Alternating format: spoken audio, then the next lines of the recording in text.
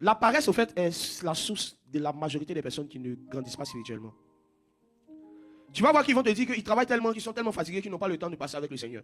Mais, si tu prends le temps de regarder leur journal d'appel, tu prends le temps de regarder leur temps sur les réseaux sociaux, tu vois qu'ils ont du temps. Ils ont du temps pour Facebook, mais ils n'ont pas le temps pour Jésus.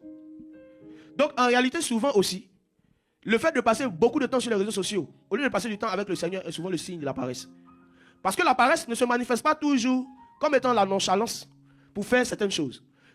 Au fait, la paresse peut se manifester dans certains domaines. Il y a des personnes qui ne sont pas paresseux pour regarder des films de 2 heures. Mais si tu leur dis qu'il y a une prédication de 1h30, la prédication du culte, ils deviennent paresseux. La paresse peut se manifester dans un certain domaine. Il y a des gens qui ne sont pas paresseux pour manger, par exemple. Ils ne sont pas paresseux parce qu'ils aiment manger. Donc souvent, là aussi où il y a la paresse dans certains domaines, c'est ton niveau d'amour pour cette chose qui est basse.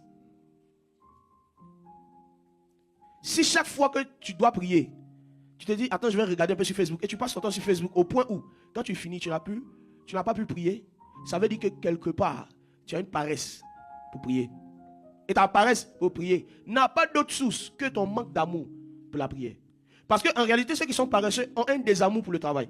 Plus tu aimes le travail, plus la paresse s'en va. On chasse la paresse par l'amour du travail.